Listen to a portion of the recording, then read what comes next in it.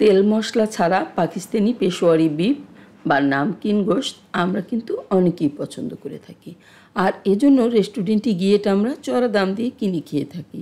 এখন থেকে রেস্টুরেন্টে যাওয়ার কোনো প্রয়োজন নেই, বাসায় অথেন্টিক রেসিপিতে এটা আমরা তৈরি করে ফেলতে পারবো। আসসালামু আলাইকুম ভিউয়ার্স, সুইটস বেকিংয়ে সবাইকে স্বাগত।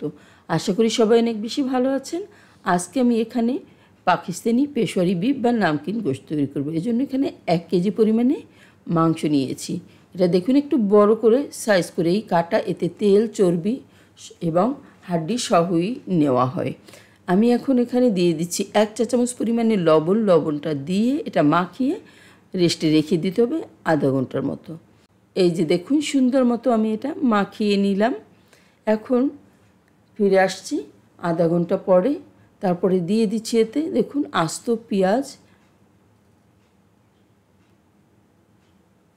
দিয়ে দিচ্ছি রসুন 4-5টার মতো আস্ত। এটাকে ভালোভাবে পরিষ্কার করে নিতে হবে ধুয়ে আগে। দিয়ে দিচ্ছি টমেটোগুলি ছোট ছোট, তাই আমি আর ভিতর থেকে কাটিনি, শুধু উপরের বোটার অংশটা ফেলে দিয়েছি। দিয়ে দিচ্ছি কাঁচামরিচ, আপনারা চাইলে এখানে বোম্বাই মরিচটাও ইউজ করতে পারেন।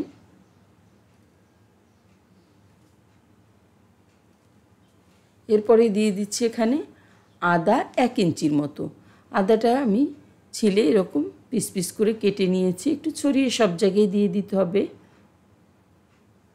তারপরে দিয়ে দিচ্ছি গোলমরিচ কিছুটা, ভালোভাবে সব জায়গায় ছড়িয়ে দিলাম। এরপর দিয়ে দিচ্ছি 2 চা চামচ ঘি। অথেন্টিক রেসিপিতে ঘিটা নেই, আপনারা চাইলে এটা স্কিপ করতে পারেন। ঘিটা দিলে এর ফ্লেভারটা অনেক সুন্দর হয়। এরপর চলে আসলাম চুলায়। এখন আমি দিয়ে দিব কয়েকটা আস্ত ছোট ছোট আলু। আলুটা আমি কেটে নিইনি, কারণ এগুলি ছোট ছোট, আর যেহেতু এটা অনেক সময় ধরে রান্না করতে হবে তাই আর কাটলাম না। এখন আমি 2-3 মিনিটের মতো এটা কষিয়ে নিব সুন্দরভাবে। উল্টে পাল্টে কষিয়ে নিতে হবে। আর এই রান্নাটা হবে একদম লো হিটে। রান্নাটা করতে 2 থেকে 2.5 ঘন্টার মতো সময় লাগতে পারে। মাংস যদি ফ্রেশ হয় তাহলে সময়টা একটু কম লাগবে, ফ্রিজের মাংসের সময়টা একটু বেশি লাগবে। আমি ভালোভাবে কষিয়ে এতে দেখুন এখন দিয়ে দিচ্ছি পানি, ফুটন্ত গরম পানি দিয়ে দিতে হবে। এরপরে আর আমি কোনো পানি ইউজ করব না, এটা দিয়েই পুরো মাংসটা সিদ্ধ করে নিব।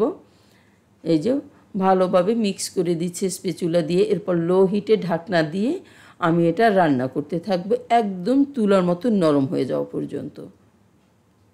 মাঝে মাঝে অবশ্যই নাড়িয়ে দিতে হবে। এই যে দেখুন মাংসটা ফুটে উঠেছে আর উপরে কিছুটা ফেনা ফেনা হয়েছে, এই ফেনাটা তুলে ফেলে দিতে হবে। এই যে দেখুন স্প্যাচুলা দিয়ে আমি ফেনাগুলি তুলে নিচ্ছি।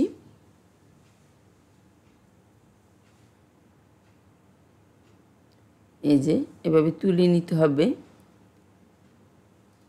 আবারও ঢাকনা দিয়ে আমি ঢেকে দিলাম। ফিরে আসবো 1 ঘন্টা পরে। 1 ঘন্টা পরে এটা কেমন হয়েছে দেখিয়ে দিব। আর এর মধ্যে অবশ্যই মাঝে মাঝে নাড়া দিবেন। এই যে দেখুন 1 ঘন্টা পরের অবস্থা, মাংসটা অনেকটাই সিদ্ধ হয়ে আসছে। এই যে সাবধানে নরম হাতে নেড়ে দিতে হবে। আর আপনারা চাইলে এটা প্রেসার কুকারেও সব মশলা দিয়ে সিদ্ধ করে নিতে পারেন। আমি ঢেকে দিলাম, ফিরে আসবো রান্নাটা কমপ্লিট হওয়ার পরে।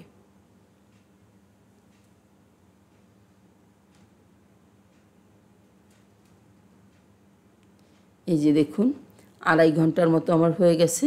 মাংসগুলি একদম সিদ্ধ হয়ে তুলার মতো নরম হয়ে গেছে। আমি একটু সার্ভ করে আপনাদেরকে দেখিয়ে দিচ্ছি এটা কেমন হয়েছে।